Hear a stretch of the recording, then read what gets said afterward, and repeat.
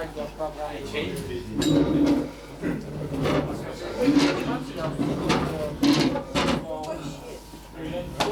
qui font que ça. Il y a d'autres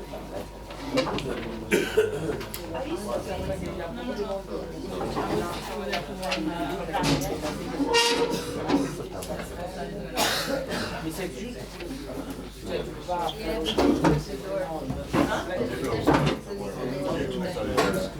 Are you ready to start? Okay, all right. I have been asked to start. And I would start with a few announcements. So first announcement is that there are now,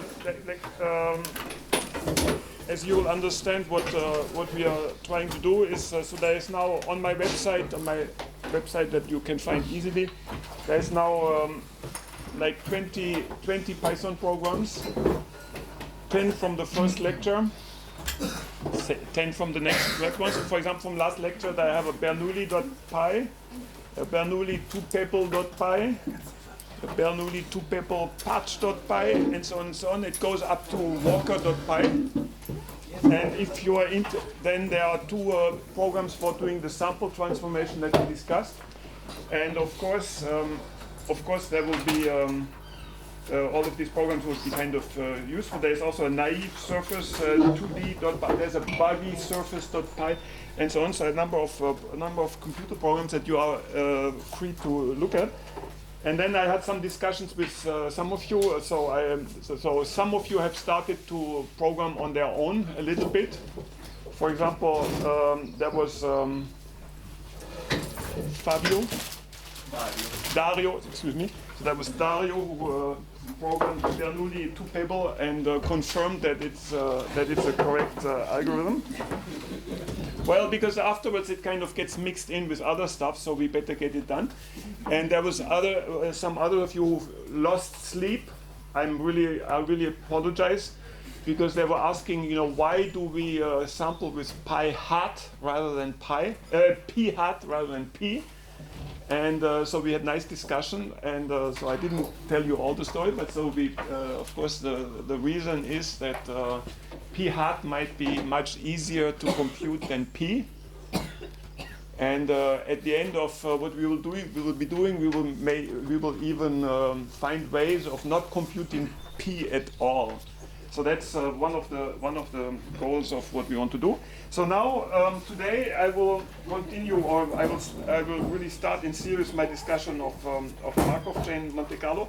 There will be extreme relation with what Peter Sulich was explaining, and it's just a completely different, or let's say complementary view on statistical mechanics from a computational point of view. So now. I was discussing last time that we have a sample space omega. In this sample space omega, we have random variables. So it means x0 distributed like pi of 0. And the reason why we do this is because we cannot simply plug the Boltzmann distribution in front of the expression that we already have and sample an object from the Boltzmann distribution. So let's say, this may be a starting configuration x0. So this this is something that we can sample. For example, we can sample it by saying that this is the delta function of x minus x0, which we have programmed into our computer. This is something that we can actually do. We can choose, for example, an initial configuration, and if we have this initial configuration, then this gives x0, and the distribution of x0, however we obtained it, is not does not represent the Boltzmann distribution or the Kaiser distribution pi. From this we go to pi 1. Pi 1 only depends on a random variable x1. x1 only depends on x0, and it's distributed according to pi of 1. and so on and so on and so on. And at the end of the day, we want to get a pi, which is the Boltzmann distribution. For example, it can also be some posterior distribution of an estimation problem. It can be the density matrix in quantum mechanics, and so on and so on. So we go from x0 to x1.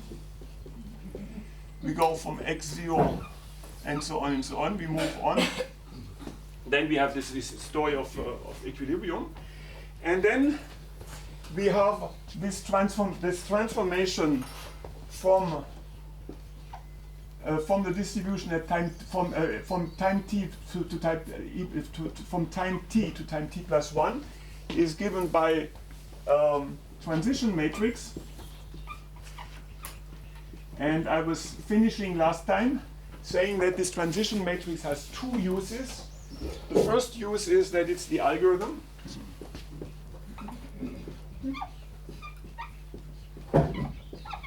We see examples very quickly. So if P, I, J, so just I do it this way, that I start from the left and go to the right. It's not meaning of how your political views change as you get older. It has nothing to do with that. It's just that my friends in the mathematics department understand me much better if I do it like this than the other way. So pi of I, J is you start at, or x, let's say we can do it also at x, you start at I and you go to J. And if this number is something 0.3, then I have to go with a probability of 1 over of 0.3 from I to J. So that is the algorithm that we will program. And as I said, there's at the moment there are 20 programs. Tonight there will be 30 or 40, and it will completely explode.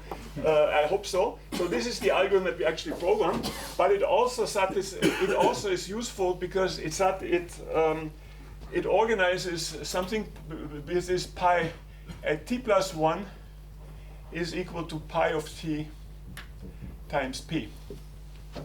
So this equation, what does it mean? It means I am at position j pi at time t plus 1 at position j, or at sample j, with the sum over I, pi of I at time t times p from I to j. So this equation is kind of self-evident, right? It's a self-evident equation. And it says that, to get to J, I have to start somewhere where I have a connection from I to J. And so this is the probability at time t, this is probability at t plus 1. So now, that is an equation that is called the global balance, that is called generally, that means just by me, it's called the global balance condition. So, or it can be also called just balance. It is global balance condition. And it is a necessary condition.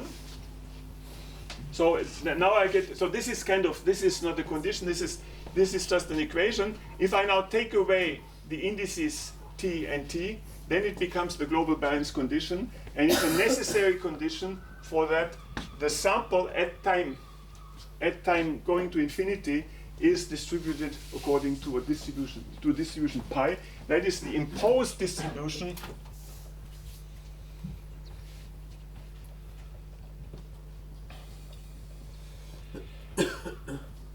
So this is something that the physics imposes to us, and this algorithm, this transition matrix is the algorithm. And as we already discussed over meals, so usually it's like this, that you have no choice of which is the distribution that you want to sample, but of course you have a very large choice of algorithms that you can use. So that's the algorithm. And so this is the condition pi j, or pi is equal. So the condition, the global balance condition, written in matrix form, is pi is equal to pi times p. I can put a little 1 here, which means that pi is a left eigenvector with eigenvalue 1 of the transition matrix P. So now, Sorry, yes, but to be sure that P exists and is unique, you need to have P some. is not unique. P is the algorithm. P is the algorithm. P is the You transition. mean pi? No, yeah, pi. Pi. sorry. Pi.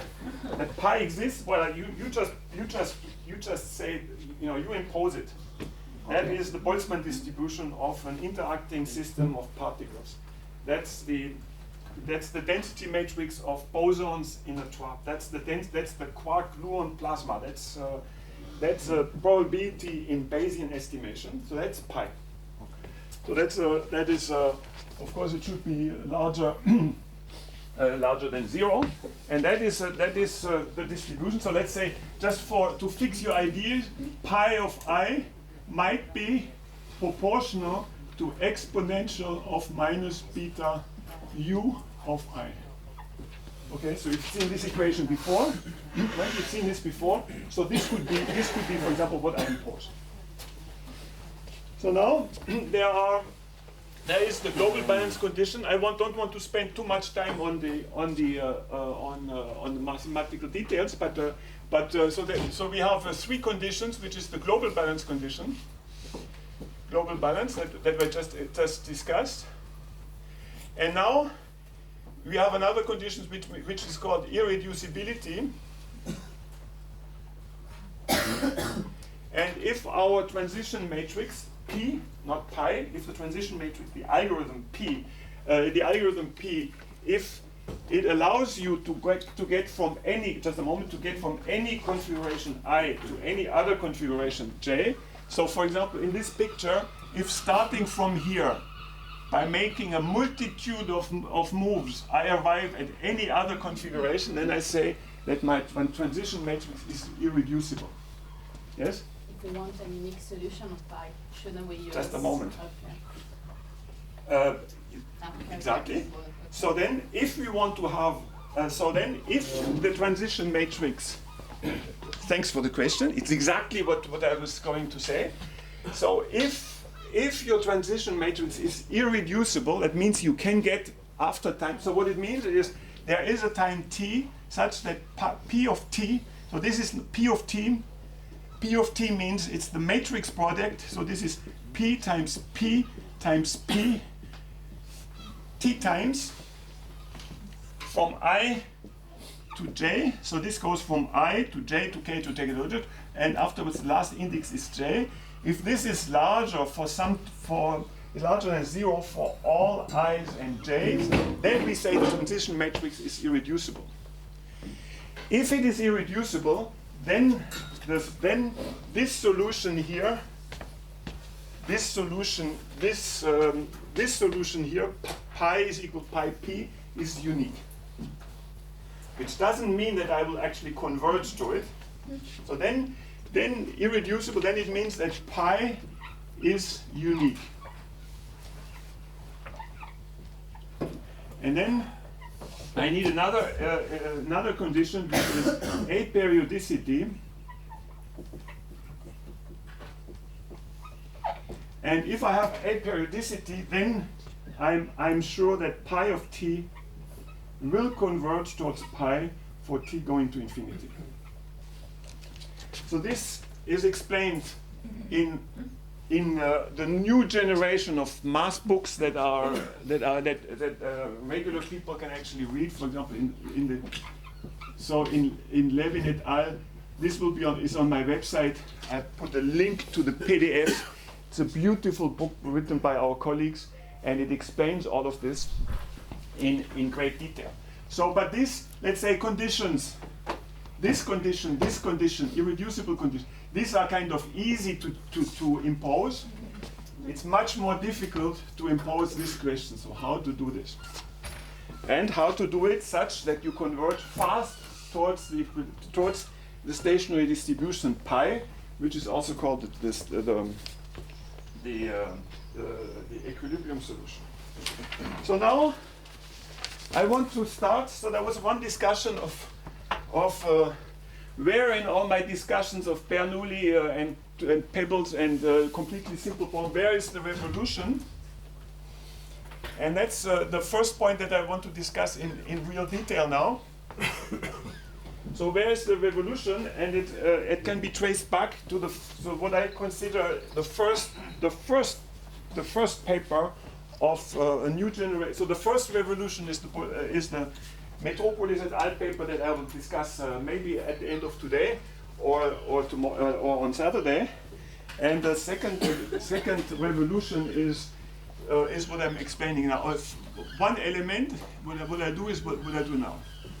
Total variation distance. Again, I don't go into complete details of mathematics. I just want to explain a few subjects here.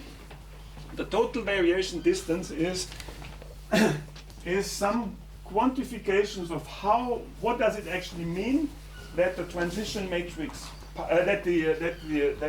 this distribution pi at time t that starts from pi 0, what does it mean that it converges to pi? And to do this,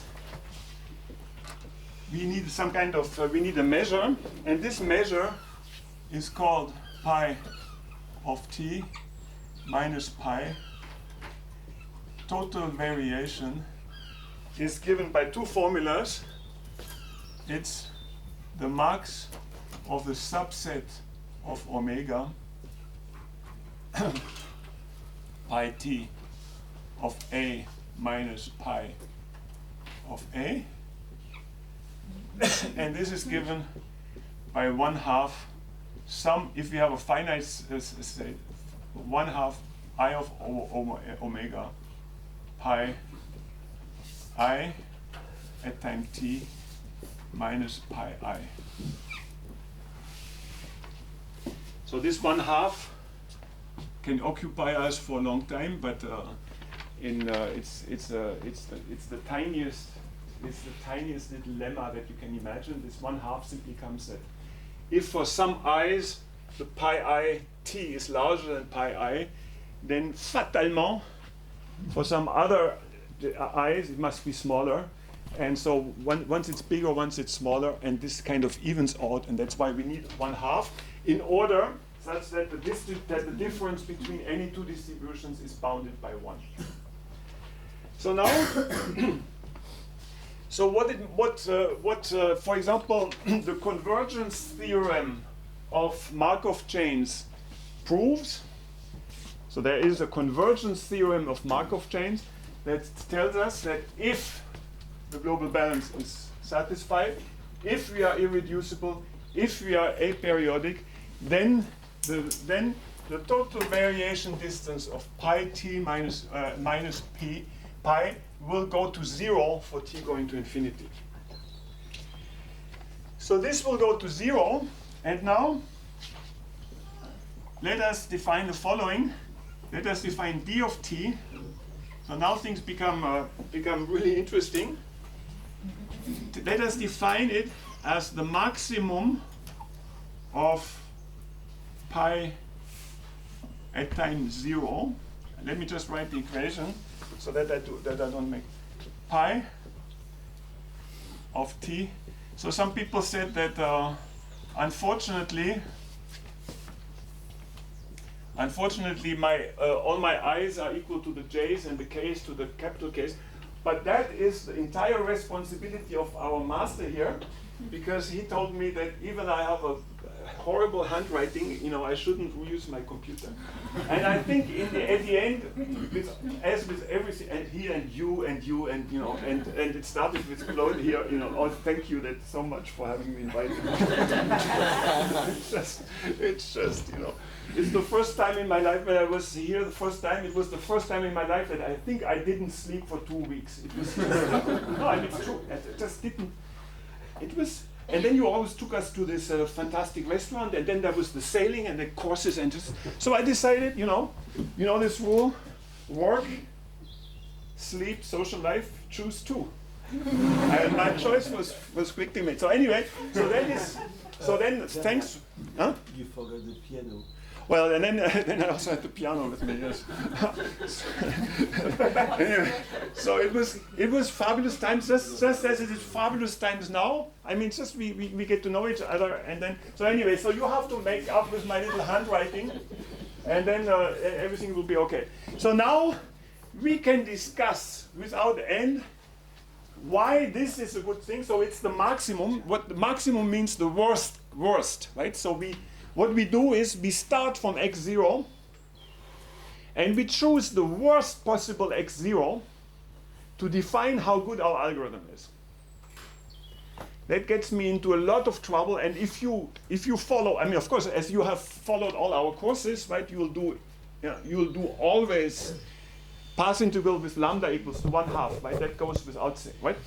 Path integral with 1/2, branch cuts, and you know all of this. And you do the maximum of pi0, you get into a lot of trouble, just like I get into a lot of trouble. But what it means is we have no way of choosing for any problem of interest for us. We have no way of choosing x0 such that it's already taken from the equilibrium distribution.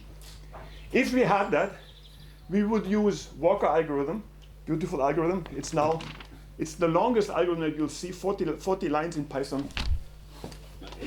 I really apologize.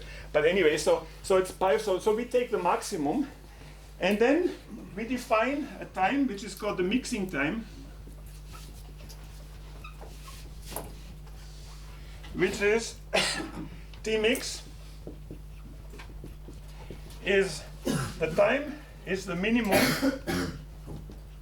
of T such that D of T is smaller than epsilon.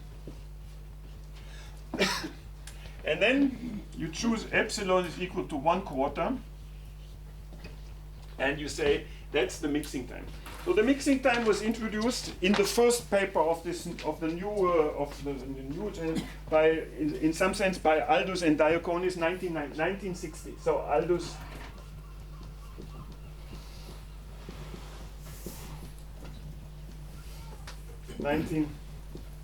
'86. So that is like that's a real math. Yes. Is the total variation decreasing always for some? It is decreasing. I think it is always decreasing. There is another function that is related to it, which is submultiplicative. It's called. So it's decreasing. But now the point that I want to make is the following. So I will give an example, and the example. Let me see. Oh. So the example I want to do is let me see, do I have, yeah, so the example, the original paper of Aldous and Diaconis was about card shuffling. And it's so completely interesting, that we will go through the entire discussion of this card shuffling example, and you will see it on the website. So if you are interested, then you can follow everything I do. You can program it yourself. Then you can compute the total variation distance, and you'll fall with your nose on the major discovery that was made, and that should, all the physicists that we should be, in some sense, I wouldn't say ashamed that we didn't make it, but we just didn't think hard enough. So the algorithm is the following. You have a deck of cards. So I have here my deck of cards of 3 cards. So it's okay. So now we have a deck of cards, 3 cards, which means, so that's the shuffling problem. Omega shuffle is all the permutations of n elements.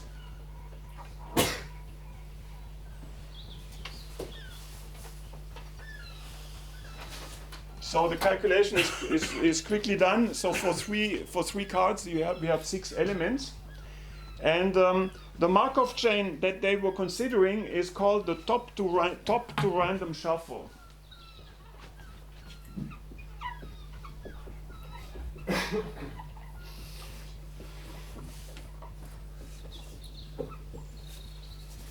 So the top to random shuffle is the following.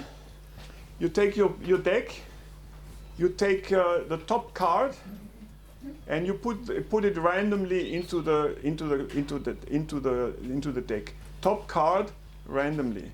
Top card randomly. Top card randomly.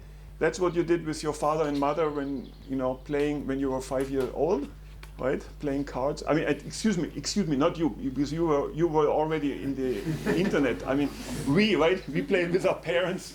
We played cards at night, right? And when we had a few beers, there was no idea that there was a drinking age. So anyway, so we do this top to random shuffle, and you understand that if we shuffle long enough, then we'll get a random permutation, right? And then, then our parents had always told us, stop shuffling, otherwise we just leave the table. Anyway, so now we do this top to random shuffle, and there is, of course, an algorithm that programs just this, and it's what is it called? If I find it, so it is the top to random simul.py. I maybe not I can just a moment. Let me just write it down. But let's do the following. So for n equals to 3, we have 6 configurations. Let's call it 1, which is the configuration 1, 2, and 3. And if I'm writing too small, then but you understand. I speak 1, 3, and 2. Then you have 3, which is 2, 1, and 3. 4, which is 2, 3, and 1. 5, which is 3, 1, 2, and 6, which is 3, 2, 1. So that's our full sample space. And we want to obtain, and then we started at x at t equals to 0 is, let's say, we started in 1, 2, and 3. So that means in configuration number 1. So now, this can be programmed, of course, and it gives one of the many computer programs that we can write. And it has a transition matrix. Just to give the example, the transition matrix is the following. So if we start at 1, well, first of all, we have 3 choices at each time. So just let me see the following, just that things are completely clear. I take the top card, I take it away, and I can put it back on top, which is not so interesting. I can put it here, and I can put it here. Right? So the algorithm is completely clear. Right? This is really fundamental mathematics what we're doing here. No, it's not so anyway, so what can we do is, so if we are at 1, then of course we can go back to 1 if we put it on top. Then we have a 0, and then if we put the 1 into here, then we go to 2, 1, 3. 2, 1, 3 is configuration 3. And if we put the 1, then we have 2, 3, 1. So we have 1, 4, 1, 2, 3, 4, 5, 6. And the matrix continues just like this. 0, 0, check, check, check, check. 0, 0, check. And then it has 1, 1, 0, 0. And it's some matrix. So what it now means is, what it means with the transition matrix pi ij. So if I'm at 1, then I have a 1/3 choice to go and stay here, 1/3 to go here, 1/3 to go here, and we can program that very, very easily. So one little remark I want to make is the following.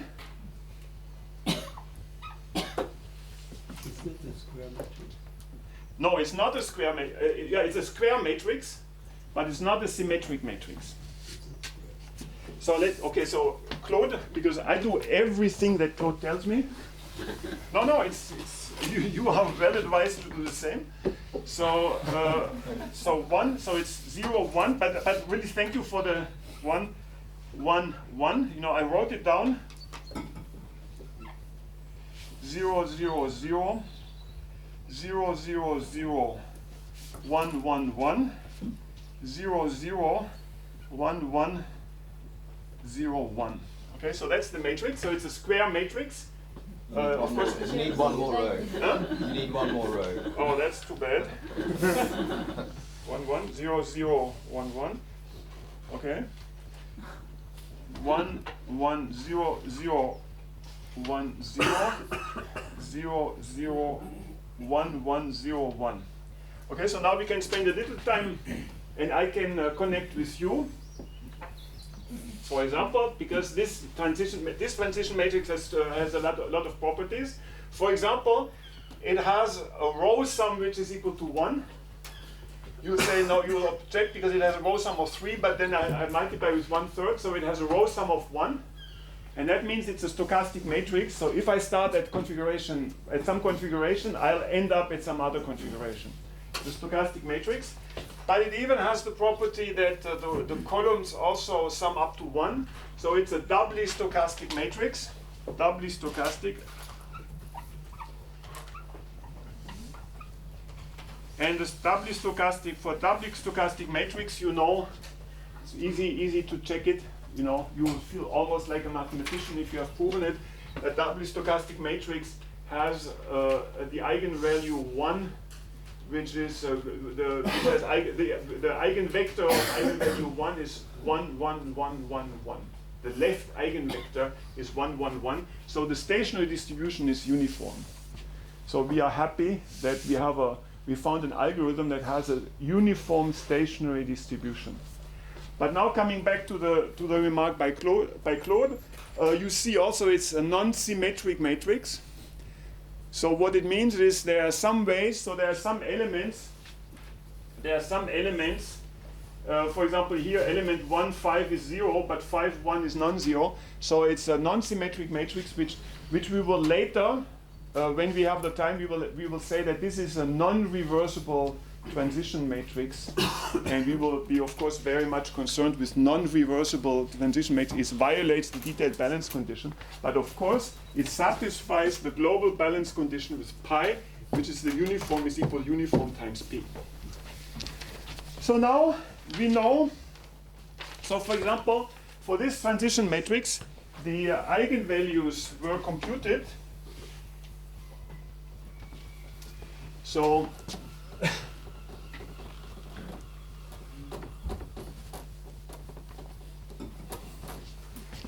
And just to connect with you, is you can see on this matrix that this transition matrix has a diameter of 2. So in 2 steps you can get from anywhere to anywhere else. So it has a diameter, so we connect with each other. So in fact, for a transition matrix of size n, of n factorial terms, so we have n factorial terms, but the diameter, so the shortest path from any configuration I to nj is n minus 1. So there's a program called top to random that encodes exactly that. .pi, don't have to show it, but it's there. You can program it. You can run it for a certain time, starting from 1, and at any finite time, the distribution will be non-uniform. Right? It's only in the limit t going to infinity that the distribution that we will go to, that the distribution will be pi, will be the uniform distribution. So at all times, t, pi of t is different from pi. That's of course very unfortunate, because it means that people doing simulations are kind of just like one-armed bandits or something. It's just kind of not very serious, because we will never be able to compute up to t going to infinity. So we always get an approximate result. You should not, because what I'm saying is wrong. Okay? Because you were nodding, and so it's not true. So what I want to show now in the next step, is that even though, so you understand, so this is, you understand this point here?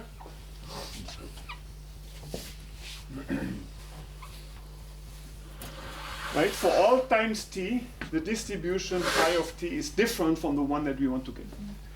But now, Aldous and Diaconis had the following trick. So they took one of the cards. That's my New York Metro card, very proud of it. So I take the New York Metro card on the bottom, and I start again my little algorithm. I do track, I put it in the somewhere, track, put it in the somewhere, put somewhere, put somewhere. So now two things can happen at the first step. Either I put the card that was on top, it's the top to random shuffle, I put it above the New York Metro card, then the New York Metro card remains where it is, or I put it below, then it moves up by one step. Wait, it's kind of clear. So now, then again, I do it, many times. N is large. You can look into my, as I do the animation, you can look into my computer program. You see a few goodies there in the Python code that check afterwards that the distribution is not uniform. But at some time, after having done a lot of shuffles, the Metro card in the program, it's called the green card, is coming on top. I put it back into the key, and then I give it to Claude. I even give him my Visa card. You want the code? Okay, and that's a perfectly shuffled deck.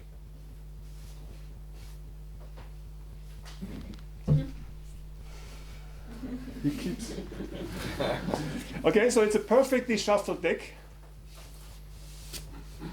You understand it? Why is it a perfect? So it is completely impossible.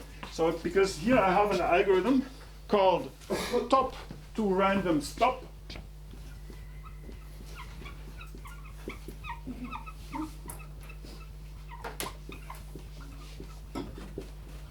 Which does exactly what I tell you, and then you can look at it runs for 3 cards, 4 cards, 5 cards, whatever, and it stops at the precise moment at which the card that was previously below has migrated up and has been put back into the deck.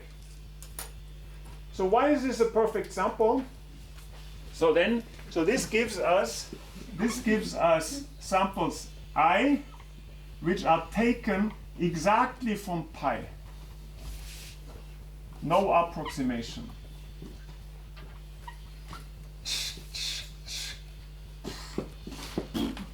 So that's really strange. So there are lots of strange things that I will discuss here. So why is it completely random? So so then I do some things, and I either put it above the card, above the green card, or below the green card. At the first step, you see that if I put this card below the green card, it's at a random position because there's only one position below the card. On the second step, now I can either put it on top of top, I don't care. But if I put it below the green card, I have exactly 1/2 probability to put it above and to put it below.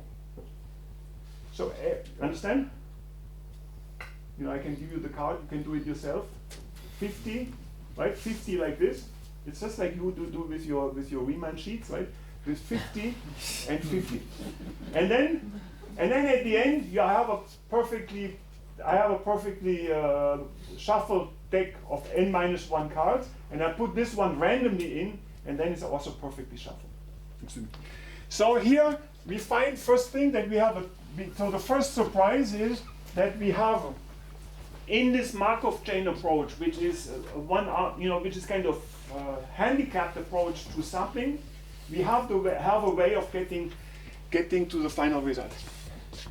So now, what is the time? So let's call this time the stopping time. What is the mean value of the stopping time? Okay, let's compute this. And we compute it in the following way. Well, how long is it going? So I have this is my green card. So now, how long will it take until I put a card below? Well, it will take n steps, right? It will on the order of n steps. So it's kind of n plus. Then afterwards, it will take us n over 2, so it's plus 1/2, and I tell you plus 1/3 plus 1 over n. So that's the expected number of time steps that I have to run until I have put my card up and down. You can check that for yourself, it's really easy. So that, but you also understand that this is log n, so it takes an expected time n log n, but I'm not at the end, so this is the stopping time. Very closely related to the best algorithm for sampling random permutation. So we have n log n. And now the ingenious part of, so now, up to now things were kind of easy, right? It's kind of, you know, everybody can do this. But now what comes the ingenious part is that Aldous and Diaconis and collaborators a few years later were able to compute the exact spectrum of the transition matrix. And the exact spectrum of the transition matrix, don't have the time to go to details, but it's written up in the top two random eigenvalues.pi. I want to make all of this completely concrete for all of you. So we have a program, top to random eigenvalues.pi, but if you are stronger than that, I mean not stronger, if you are even more nerdy than I am, than we are, then do the calculation, the analytical calculation yourself, and you'll find out that the spectrum, the eigenvalues of this transition matrix are 1, 0, 1, so it's the eigenvalues is 1, 1 minus 2 over n. Let me see it like this. 1 minus 2 over n, 1 minus 3 over n, 1 minus 4 over n, up down to 0. So we have the exact spectrum and the spectral gap. So first of all, so we have we will later say we have a non-reversible transition matrix with a real spectrum. But that's also very kind of surprising. So we have one eigenvalue which is equal to 1. Then we have a little gap. So the gap is here 2 over n. Then we have gaps of 1 over n, 1 over n, 1 over n, 1 over n. Marco likes also, like you also do this little like this. So you like to write eigenvalues like this, and I write the eigenvalues just like you. And we have a gap which is 1 over n. So up, yes? Oh, sorry, maybe I missed it, but what do you mean by perfect shuffle? By? What do you mean by perfect shuffle? By the perfect shuffle, I mean that the top to random stop algorithm that you can look up, I think it's already on my website. This algorithm gets you a result which is pi. It's not some approximation of pi. It's not pi up to exponential corrections or algebraic corrections. It's really pi. You sample pi just like we did 2 days ago. Well, how do we know pi a priori? Pi is the solution. Thanks for the question. Pi is the solution. Look at this. Pi is because, no, excuse me. But pi is the uniform distribution. Pi is 1, 1, 1, 1, 1, 1. That is pi. That is the distribution. That is the unique eigenvalue, eigenvector, left eigenvector of this transition matrix that has an eigenvalue of 1. Okay, and that means that all the six configurations have the same probability. So I have to do just like playing with our parents. We have to shuffle the cards such that it has no memory of where I started, and that's completely even, so that there's that peace in the family, and nobody says that I shuffled them a bad thing. So okay, so this is uniform, and it's completely surprising that we are able to obtain a uniform sample, even though I have shown that at all times the distribution is different from pi. So the only difference is that you stop shuffling at some point, between the opt-to-random stop. Exactly. So of course, it is not possible that I stop at a given time. If I stop after 20 shuffles, I'll have the distribution pi of 20, and pi of 20 is different from pi. So There's something going on, we will discuss it in detail. There's something going on that where if the stopping time itself is a stochastic variable, I am able to run just as long until I am in complete equilibrium. Yes? Can we give high probability bounds on the stopping time? Yes, of course. It's an exponential distribution. It's an exponential distribution that is yes, and it has an exponential distribution to infinity. Of course, it goes to infinity, right? It has a support from n to infinity, but it is a well-defined function. Okay. As n increases, it's also in some sense. It's n log n. That is the typical time. Okay. All right. Can you please repeat what the condition for stopping was? But excuse me. The condition for stopping. The stopping was that I had the green card, and it started started below, and it made a random walk that was directed and was either staying at a time. It was either staying or going up, going up, going up. At some time it was on top. Then I did one last step, putting it back, and then I gave it to you, and that's a perfect sample.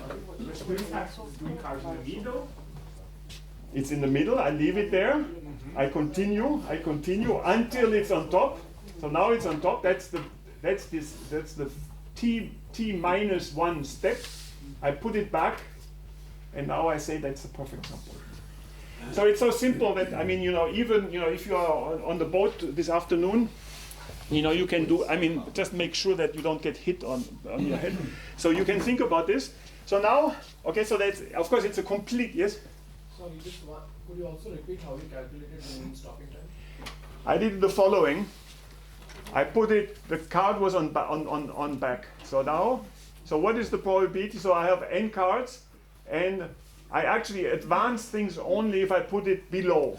So this takes place after time n. Next time I have two choices, up here or here. 2 of n, so it's n over 2.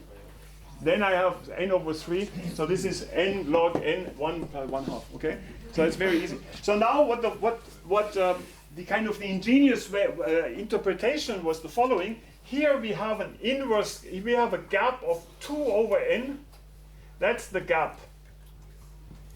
And up to that moment, everybody said that the inverse gap gives the characteristic time to get into equilibrium. So everybody would have betted that after time, inverse gap, which means n over 2, and that's called the relaxation time, is n over 2, that the characteristic time is n over 2 and not n log n. And there's a huge difference between n log n. So in other examples, I can make this log n into something else. So we shouldn't have the physicist's approach saying a logarithm is nothing, right? So it's something that goes to infinity for n going to infinity.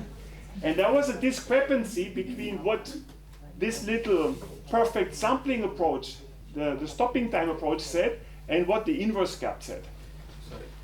Yes? So in this case, the point is that the convergence of the total variation distance is highly non-trivial, as zeros and kind of jumps from 0 to 0. Yes. And I want to show how this actually works.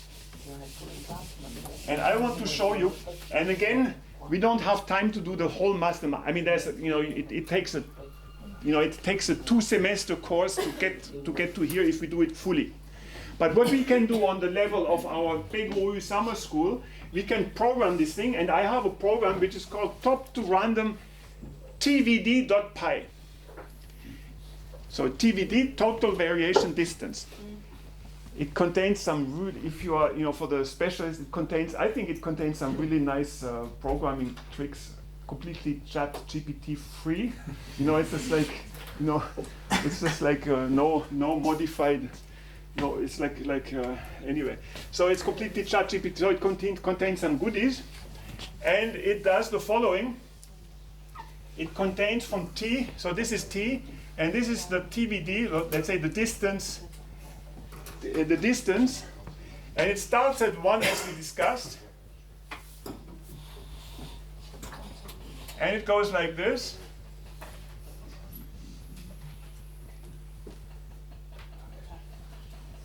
So I have you just push a button and you see that it goes like this. So we have here, so if you look carefully, it has, so here it is, so let's say here it is at 1/4. So now something is completely, so it doesn't go back up, so that's not true, but it has little bumps, stays for a long time at 1, or almost 1, then it bends down a little bit and then it goes down. So what is this decrease here? That's the asymptotic decrease, which is 1 minus 2/n to the power of t. That is this curve. So asymptotically, it goes down like this. It goes down with the inverse gap as it should be, because at large times, you can imagine, I don't give the full theory, but there's some eigenvector, some eigenvalue that you can multiply on, and even for non-reversible, so for this complicated transition matrix, you can see that it goes down like this. But this decrease here, which is a decrease on a time scale, so this is like e to minus t over t rel. But the real function for finite n is 1 minus 2/n to the power of t. That's the decrease of the total variation distance to 0. So this is in the log scale here. So now something really fantastic happens. So I was telling you that once the t mixing time, okay, so then I have one more equation I have to show. Fast. One more equation to do. So it's really it's quite amazing. So if we have this, so the t mixing time is the time at which epsilon is 1/4. So it is at this time. Okay, so there is some time where it is 1/4, and at that time I can show that the distance, not I can show, but it can be shown, L times T mix of epsilon is less than 2 times epsilon to the power of L. So what I can show then is, then I take this, I take half of this, I go up by 1/2, and then I make a line through it, and that is, in some sense, this is e to the minus t over t mix. Yes? Why one false? Completely arbitrary. This is completely arbitrary, but it must be such that it's less than 1/2. Okay? L, it's just some kind of, so that L is 2, 3, 4, 5. So then after that time, so then if I have L is equals to 1, 2, 3, 4, 5, and so on and so on, all numbers. So then if I go, then I have exponential, so what it shows here is, then once I'm here at the t mix of epsilon with epsilon less than 1/2, then I have a exponential, because you see that's an exponential function if 2 times epsilon is smaller than 1. So I have to have an epsilon which is smaller than 1. So I have a t mixing, so this is a straight line, as you can see. That's a straight line that goes like this. And this is the mixing time, and that is the relaxation time. So now, So then I can just ask, is that result for D generic, or is that specific to the card shuffling problem? No. It's completely generic. Okay. Oh no, I wouldn't. No, excuse me, I would. You don't think that I'm telling you something that's specific to the card shuffling. Come on. That's no, it's completely, so any Markov chain behaves like this. So what it means is the following, and that was discovered yesterday. What it first of all, you can look at it yourself, you see it, that in the beginning it hovers at 1. So the first 3 years of simulating your Markov chain, right, if the mixing time is 10 years, the first 3, 4, 5, 6, 7, 10 years, you stay TVD equals to 1, you learn nothing. Your difference between pi of t and pi is the maximum it can be. You learn absolutely nothing. That is, you understand what I'm saying here? If TVD, if the total variation distance is 1, then it's just or almost 1. It's the worst that it can be. You take one population another, and they have nothing. So then it bends down, but it bends down after a time T mix, and now I'm specific to the card shuffling problem. After T mix, which is n log n for the card shuffling, or it's some other function, but it's on a very large length time scale, and then it bends down, and then at some point it is at a value epsilon, which is 1/4. I much prefer having it 1/2e, because then if I have it 1/2e, then I know that that is really exponential of t minus t mix. But even at that time, I cannot take a straight line through this point and say I'll always stay below that line. So it's always possible that I have an accident, but then I can go a little bit up and go down. This was completely missed in the first half century of doing Markov chain Monte Carlo simulations. So this T-mix was very eloquently in these original papers by Diaconis and collaborators. Also, he's our colleague, right? As a teacher, former teacher, he's our colleague. I mean, we are so proud to be his colleagues at the Big Uri Summer School. So T-mix is a non-asymptotic time scale.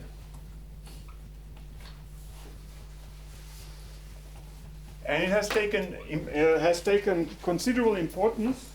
And this non-asymptotic time scale appears only once. Once it's gone, then you go down, and then later on. So first of all, so you have a first conversion, which is nothing. After a certain time, so once T mix is smaller than epsilon, then you go like e to the minus t over T mix. Then for large times you go, then the distance goes like t over T mix. For large times, then the distance goes like e to the minus t over T rel, which is the inverse gap. And that's a completely general statement for any Markov chain that is irreducible and aperiodic. So now, exactly. So the T stop is now kind of it's a double fait, right? How does it fit in here? How does it fit in here? It is what they understood is that it's only at T mix n log n.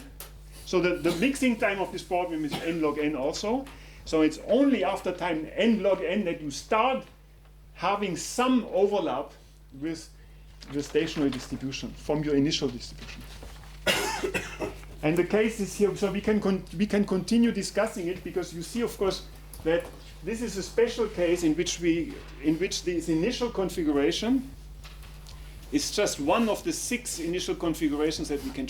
It's not a particularly bad initial configuration. It's even taken out of equilibrium. It's one of the, it's not one configuration that's up in some kind of minimum that we don't care. It's just one configuration. And even from that configuration, it takes n log n steps to sense the. So what this means here is, that's, of course, then it becomes a question of creed. Yes? Yeah. So what I was thinking is maybe it would be nice, if I'm correctly, so the TVD that you showed, the total variation is like you show, it's an average. If you show the trajectory, it would be No. Of course, it's an average, right? Because that's the double role of the transition matrix. The transition matrix is our algorithm, but the transition matrix is also the operator that gets us from pi t to pi t plus 1. Yeah, but what I mean is that okay. Yeah. So now let me do it, but I have to stop because I have something else to tell you today. But I mean, so what I'm let's say, why should we have done this ourselves? It's because But unfortunately, in our physics departments, we have physics department of equilibrium statistical physics, and when we have non-equilibrium statistical physics. We don't realize that non-equilibrium, so what it's doing here, so that's the physics department of non-equilibrium statistics, right? And then that's the physics department of equilibrium statistics. And for example, I can go into dinner-long discussion. I mean, not dinner. It's night-long discussions on where this happens in physics. For example, in physics, we have the problem of coarsening. Some of you may have heard about coarsening and phase separation and the Lifshitz scale in coarsening. So you have phase equilibrium between a phase A and B, and it takes a long time until in a finite system you have one blob of A and one blob of B. And until that time, so at that time is the time at which we have a TVD of 1/4. Up to that time, lots of things can happen. For example, in phase, I mean, I can go keep complete discussion, and you can have little accidents, and then you go up and so on and so on. So the thing is, but what our friends realize is that this is completely general. So now there are ERC confirmed grants, and so everybody in mathematics, everybody studies mixing times now because they just woke up. I mean, they woke up a little earlier than us, but we also woke up. So now let's say the creed is for t less than t mix, you learn nothing.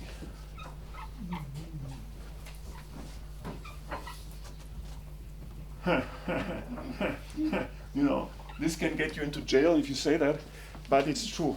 It is true. So so it's not like what we thought. What we think. If we do simpler examples, we think it goes like this, right? You do a little, you learn a little. You do a little more, you learn a little more. You do a little more, you do, and so on and so on. So you understand. You go. It's absolutely not like this. It goes like this. And please program Please program the beautiful top to random tvd.py, and you'll see it for yourself, including all these little accidents. Yeah. Yes? The K-mix, the T-mix, yes. Is associated with the transition matrix, so that's it? Of course, it's associated to the transition matrix. And that's so it. Not only that, if I give you a transition matrix, you compute the T-mix. Absolutely. I mean, I have to get up early to do it because it's compute. So the question of Claude was, is it only a property of the T-mix of the transition matrix? And of course, because the Markov chain that we are discussing is the sample space together with its transition matrix. So now again, it's the minimum of T. We can discuss this later. Why is that a good idea? And I think it's a good idea.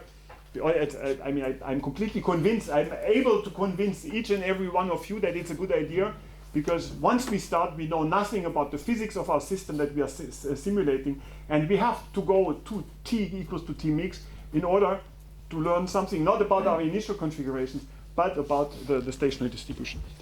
So now, let me just continue a little bit, because I want to...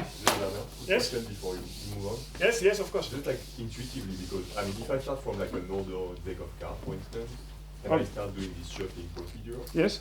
I mean, after a few steps, the deck will be more random than it was initially. And I know if you look at the KL divergence with some random configuration, it would have decreased, right, from the initial state. It decreases a little bit. Let's put it this way. The total variation distance is the most Taliban measure of the distance between two configurations. It actually measures, so if it goes to 0, then the two distributions are actually the same. There are more forgiving measures of, so they go to 0 even though you don't converge. So you get the impression. For instance, the KR would be like I don't know exactly how it would be, but let's say the basic thing is that, for example, the famous example is you do the perfect mixing, the perfect shuffling of n-1 card, but one you left it below. What is the TVD? The TVD is going to be 1. Well, but if this is the ace of if this is the ace right? And you shuffle, in your family, you shuffle, and then at the final point, you put the joker on back, it should be TVD equal to 1, right? You did a very bad shuffle. Even though so anyway, so now what I want to do, One more quick question. yes? In this card shuffle problem, this T mix is given by the stopping times, right? Well, it is n log n, yes. Yeah. So for generic Markov chains, is there something about the existence of such a stopping time that is? Oh, that would be great. So so the stopping time exists. I will show you one other example if I have the time now.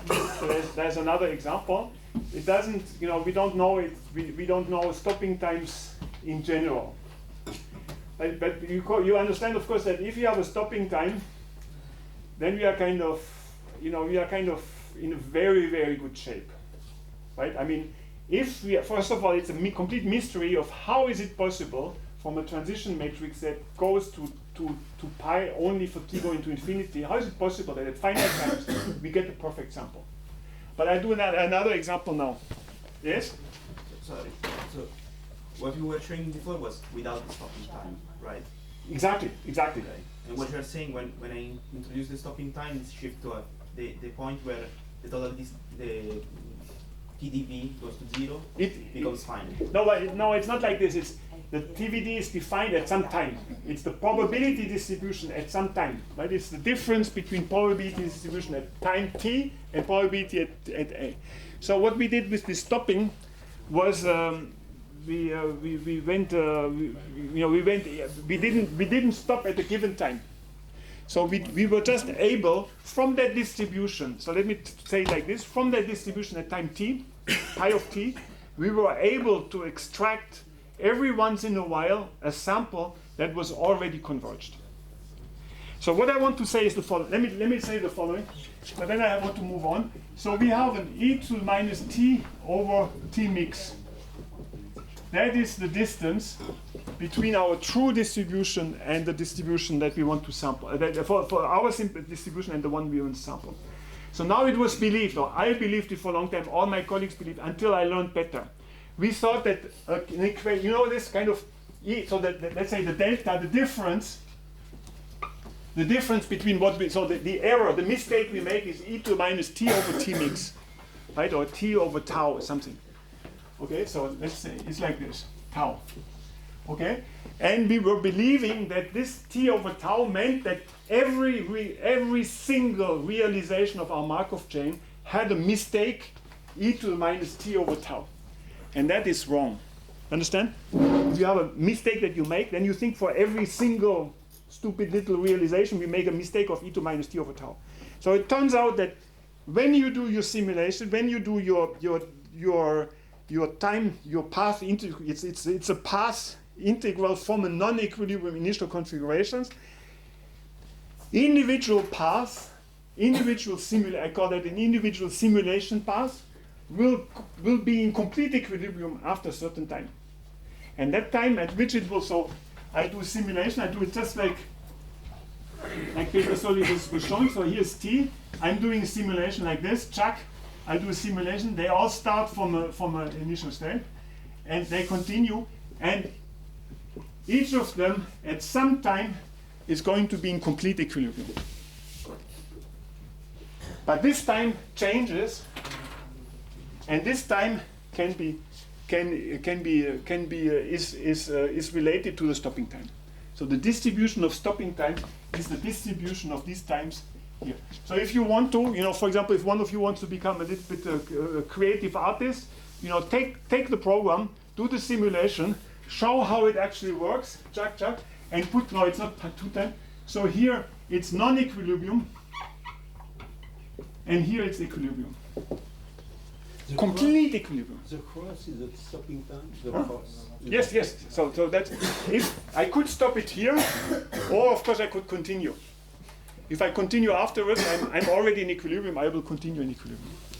So now let me continue. Yes? I'm sorry, I'm still asking. But so what is the probe that if you have a trajectory, what is the probe that will tell you, now you are at equilibrium? let's write the paper, right? You have the idea, I write the paper, you know, then we become famous, right? In general. But so in general, that's not. But now I tell you another approach. So because that's kind of interesting. If we had the stopping time, then you wouldn't have say, well, I ran my Markov chain for 3 days. It's called sometimes it's called a warm up or some kind of the break in. You know, there's all kinds of. All of this is all of this is bullshit. So it would be much better saying, well, now let me do a systematic approach. Because you want to see it. And let me do in the last half hour.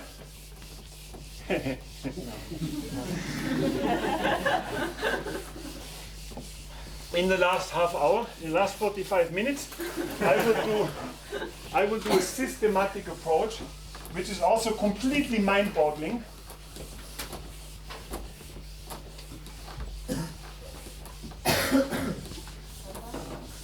Which is completely mind-boggling, and it starts exactly with the problem that we were already having. So we take a simulation. Let's say we have so this is the time axis.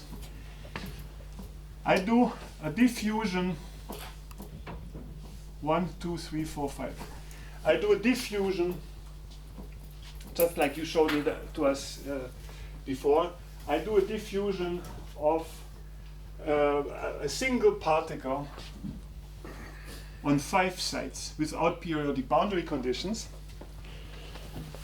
And so that's just to say, so the revolution was this, first part of the first element of the revolution was this understanding of mixing times. A non-asymptotic, you know, how can you have a non-asymptotic time scale? It just appears once. It's the, for example, it's the coarsening time scale. Once you are done with coarsening, you'll never see it again. So anyway, so that's the second one. It's a systematic approach for perfect sampling. I'll show it to you. So now, let's do the following. If you are at a configuration I, you have the probability 1/3 to stay at I, 1/3 to go to I plus 1, 1/3 to go to I minus 1. I'm cutting a few corners. So if you are, for example, if you are here, for example, so this is at t equals to 0, then with 1/3 I go up, then maybe I go straight, maybe I go down, maybe I want to go down, and if I go down, then I go straight. So that is not going to be a big surprise to all of you. That's the Metropolis algorithm that I haven't introduced yet because it's kind of a little bit old. You know, who wants to read the old authors? But let's say that's the Metropolis algorithm. So if you want to go down, then you stay. Then you go up, then you go this, then you go this, then you go this. Okay? All right, you understand? So that's a diffusion. I do diffusion. Overdamped Langevin diffusion. I do exactly the same as my colleague is doing. Overdamped diffusion in discrete times, and I go from t equals 0 to 1 to 2 to 3 to 4 to 5 to 6. The one change is I don't start with the Boltzmann distribution. The Boltzmann distribution, what is it? It's the uniform distribution. So let's say it's the uniform distribution between on 1 to 5. Okay? So that's pi is equal to 1/5, 1, 1, 1, 1, 1. Okay? That's the distribution that we want to sample. It's just the diffusion of the interval. So and if I do it like this, then I go up. So now I can take, again, just like before, at time t. So I start always at x equals to 0, because this is a model of that I don't know how to sample the equilibrium distribution. So if I was starting on a random distribution, then of course, if I start an equilibrium at t equals to 0, as was discussed yesterday by Peter Solly, then at time t, then of course I stay in equilibrium. I can do reversible dynamics. But so this is initial configuration out of so it's not in equilibrium. So not in equilibrium. So I can sample this. There's a beautiful little program, diffusion, it's called diffusion.py, and it samples the probability distribution at time t. So what is the probability distribution at time t? Pi t as a function of 0, 1 to 5. It's a very nice step function that goes like that. 1, 2, 3, 4, 5. You always count it. So it's like at t like this. At larger t's it will be like this. But at all finite times it will not. So and it's only in the limit of infinite times it's going to be like this. All right, you understand that, right? Only at infinite time you go into equilibrium. So now, in the books on Markov chain on Markov chains and on stochastic calculus, they tell that this approach that we are following here is a little bit too algorithmic. Because we take a configuration, we make a move, we take a configuration, we make a move, we take a configuration, we make a move, we take a move. And our friends have started a new way of thinking about what we are doing here in terms of functions. It's more advanced to say we have the function f of x is x squared, right? That's a function, right? It's the square function. It's a harmonic function. But we could also say, well, let's say the algorithmic way is, well, we have a point x. Then we take this point, we take the square of this point, and then that's the output. Right? We can go on in life and explain in a parabola, always like, we take a point and we take the square, and that's it. So it's kind of a little stupid, right? We might as well define a function f of x is equals to x squared, right? Then we know what we're doing. So now, in this context, we can define a function. We can define a function which is like this. So it's the function. What it means is that at each time step,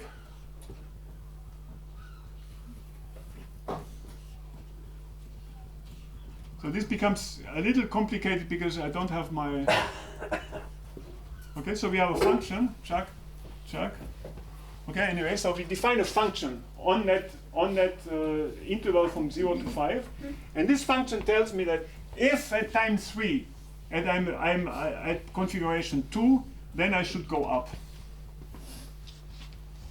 Okay, understand? That's a sequence of random function, or it's one random function which tells me that this is what my Markov chain consists in.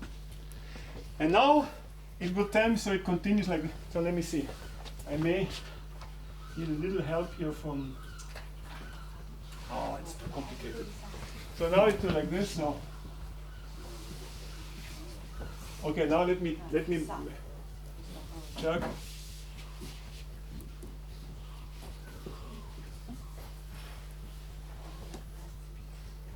Okay, all right. So if I apply this function at an initial configuration here, then the output will be exactly the same, right? So the function is completely equivalent, just like taking a void, and so it's two equivalent ways, but this is kind of a little bit more abstract. Now, in this map, and you can program this, we will program it, all of this ourselves. So in this thing, so we can use this functional approach. We can use this functional approach. You understand that now for each there is one realization, then I can get a second realization, a third realization, I can get all realization. And for each of these realizations, I can compute what is happening for configuration for starting configuration 0, and the output will be exactly this step function. Right? It will be this step. I haven't changed anything. But now what I can do is the following. I can start initially not with one initial configuration, but I can start with all 5 bodies at the same time. So I'm checking what is happening if I start at 0, what is happening if I start at 1, 2, 3, at 4. Okay? So if I start at 5, look at this. 4, no, this is 4. If I start at 4, I go here and I continue. If I start, excuse me, I have to modify my little, Okay, so if I start at 0, I do like this, I go like this, I do like this, I do like this, and something happens that there is another time, new time that I'm happy to have had the time to introduce. There is a coupling time. So after a certain time, what you will see is you go here. So the output of your simulation does no longer depend on where you started. So this is something in my series of 20 programs that I hope you study, first from 1 to 20. Once you're done, you start again at 20 and you go back to 1. And then you do the random stuff, and then you are ready for the future. So that is called the diffusion. That's my little program, diffusion forward.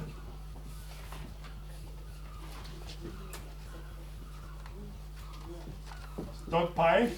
Beautiful little program. What it does, it starts from a set. So it takes the set of initial configuration 0, 1, 2, 3, 4 at time t equals to 0. And from this, it computes where does the arrow lead me at time t until time t plus 1. Where does the arrow lead me? Where does the arrow lead me? And continues. And at some point, so for example, at t equals to 0, I have this. At t equals to 1, let's do the example. We have no way of getting to 0, so we go to 1. Then we go to 2, so this 2, so then it would be 1, 2, and 3. Understand? It's a little bit horrible. Okay? Yes? So that's called deterministic protocol. No, that's the deterministic protocol after having thrown my arrows. Okay. Next time I'll throw other arrows. Now that's exactly the random up. Okay. It's deterministic. Once I have the arrows, then it's deterministic. Right? You understand that. Let's say from the viewpoint of the individual trajectory, I haven't changed anything. Right? I'm just setting up the function, and then f of x is x squared, but I never go to x equals to 3 because I just don't like it, but the function is still defined here. So from at time equals to 0, I'm at 1 to 3, and here at time equal to 5, I have that the output is 3. So this little program, diffusion forward.py, computes the time at which I have a single element. So what is this? This time has an exponential distribution. You can play it with itself, and then it also computes the pi of x where I couple.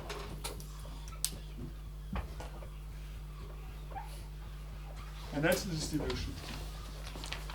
That's a little bit disappointing, but this was found out by famous mathematician Wolfgang Döblin, son of Alfred Döblin, for those who are interested in literature, Berlin Alexanderplatz.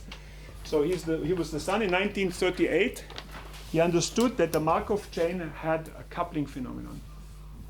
And he is a famous author who then was forced to commit suicide in the Second World War. And he put all his papers to the Academy of Science. And the Academy of Science opened this a few years ago. You can read it up on Wikipedia. It's a completely sad story. And he had invented Ito calculus and Stratonovich calculus, and he had made fantastic contributions, but he was a refugee from Germany and he was engaged in the French army. But then he understood that this coupling time can only take place after the mixing time. After mixing time. So because at the coupling time, you lose the memory of initial configurations. Again, right? You have lost at the coupling time. The Markov chain doesn't remember anymore. Where did it come from A, or did it from x1 or x2? So it must fatalement it must be after the mixing time. There is a mathematical theory that does it. I read all the books, so so there's you can trust me. So now, in the last 3 minutes, but I started 3 minutes late. I must say that 8:30 is 8:30. I'm the most sleepiest guy. I just do it, to give you a hard time. So that's a big question mark. So why? So it's the mixing time, and we discussed the stopping time and so on and so on. So what can we do to solve this problem? So this is implemented in diffusion forward.py. It's a 7-line program, and it contains the essence of what we want to do. I mean, contains the essence of the discoveries of Wolfgang Döblin and many people later. But now comes in my sequence of second revolution of I want to explain in the last 3 minutes. I want to explain a paper by Prop and Wilson, 1997. David Wilson is my collaborator. We've written a beautiful paper together. Why did we write a beautiful paper together? I read this paper, that the one I will just explain to you, and I was already a grown-up person, not as grown-up as, I was a little shorter than now, but I was already a grown-up person, and I completely lost speech. I lost speech for a whole day. I was so impressed by that paper that I want to explain to you now. So what they said is the following. So this is another element of the second revolution. It's a perfect sampling. It's a general perfect sampling algorithm for Markov chain that is not completely general, but it's much more general than what we had before. And what they did is the following: is they set the goal of using Markov chain to sample exactly from a distribution pi. First of all, why do we want to do this? We'll discuss this more. Why don't we just live with a little bit of error? Right? The reason is if we are below T-mixing, then the error is equal to 1. So if we knew T-mixing, then we wouldn't have to do this. But the calculation, they write it in their paper, right? The calculation of T-mixing is hard work. Right? You have to get up early. It's just hard work. So let's do it differently. So what they said is the following, and this is the content of what I'm doing is the diffusion CFTP coupling from the past.py. So what they said is the following: do your simulation. It's completely related to what Marco is doing. Let's take there's an advanced green function, a retarded green function. So we should have used this also like here. So what they do is the following. Let's do a simulation that starts like retarded, just like what we had before. It starts at t equals to -infinity and goes to 0.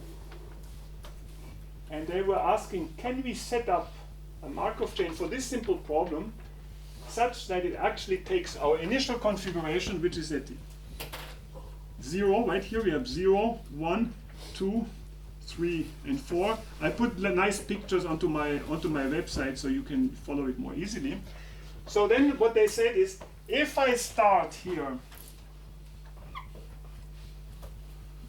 and so on, I do my trajectory. I start at t going to -infinity. This is like the Keltish formalism or what it's exactly, it's a retarded function. So then if I go to t equals to 0, then this is x distributed like pi of x. It's distributed like pi. So if we can set up a simulation that starts at -infinity, then we are done. Understand that point? So what they did is the following. They said, well, let's do the following. Let's start at -1, get the arrows, and I'm done in 2 minutes. Okay? 2, 3, 4, 5. Okay? Well, that may be not so useful. Let's start at -2. Let's draw the arrows.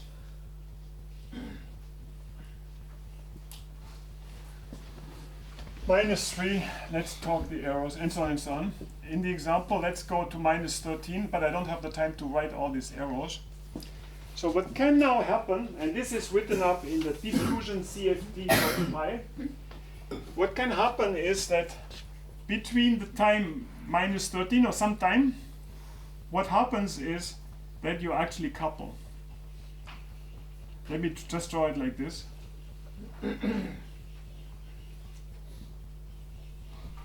1, 2, 3, 4. Okay? So this is in your language, in your following your question, this is the deterministic evolution once I have drawn my random maps. Right?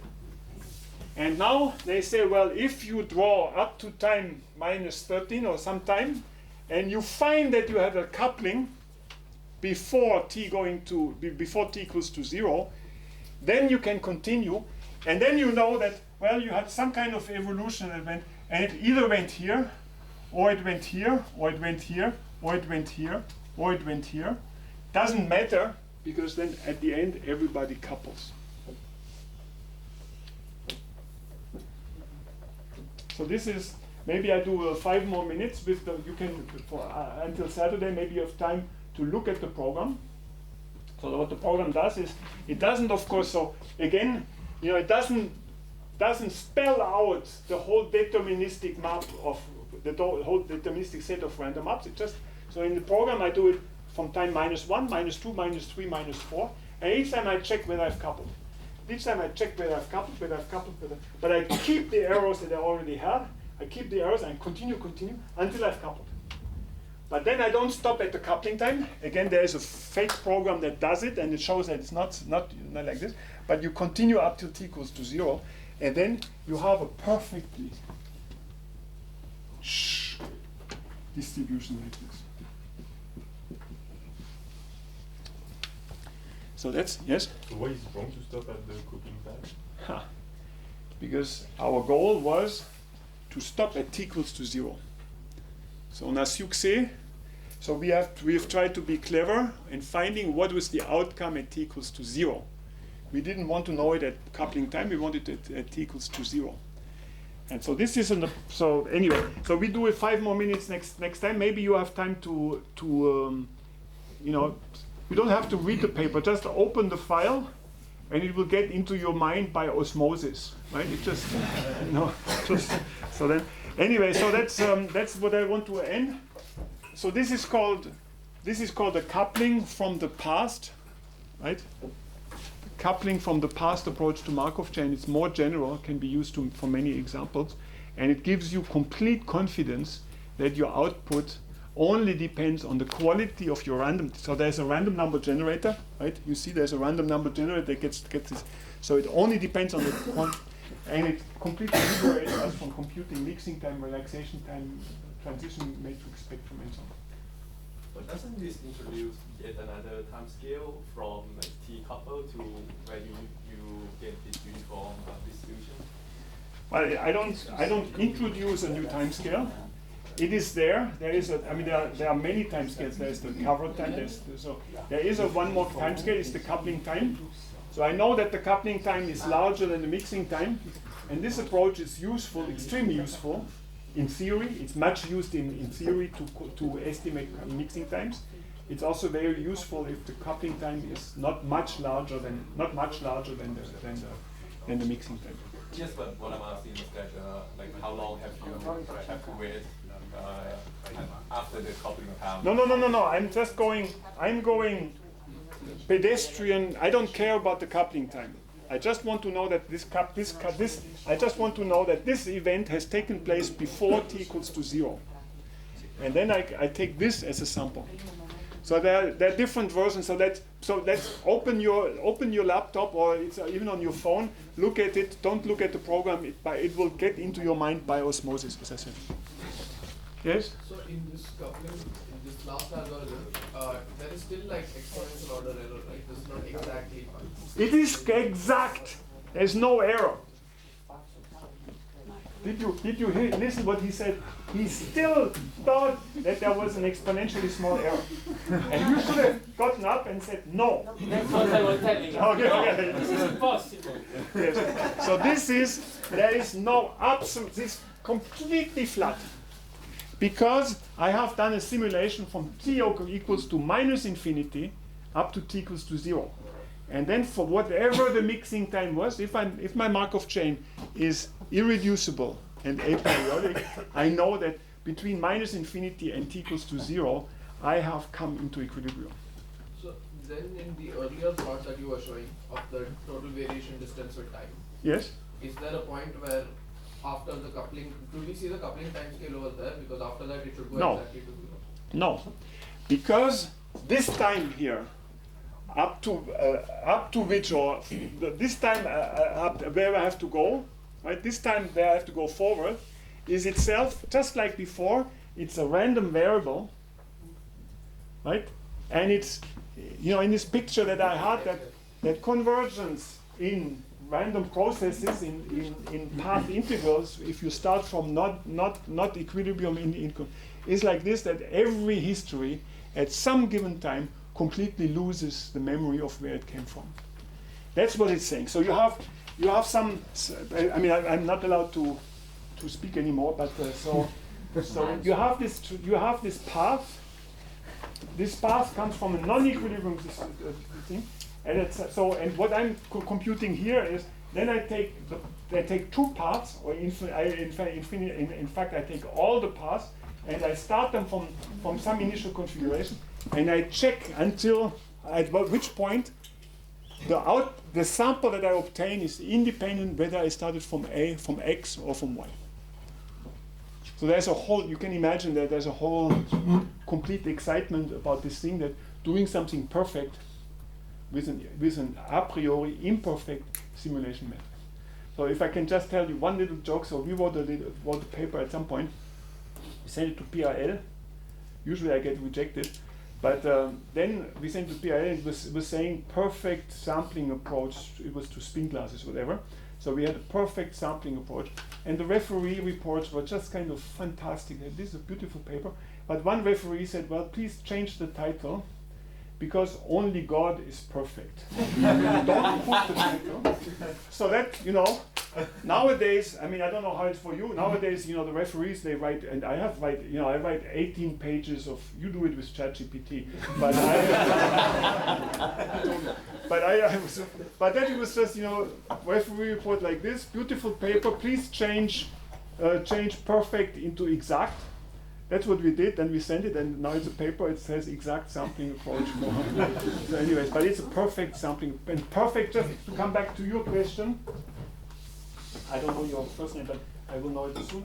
For your question, so perfect sampling means using a Markov chain approach to do the same thing that the direct sampling approach does, namely accessing directly the distribution pi, and not some approximation of pi. With this, thank you for your attention.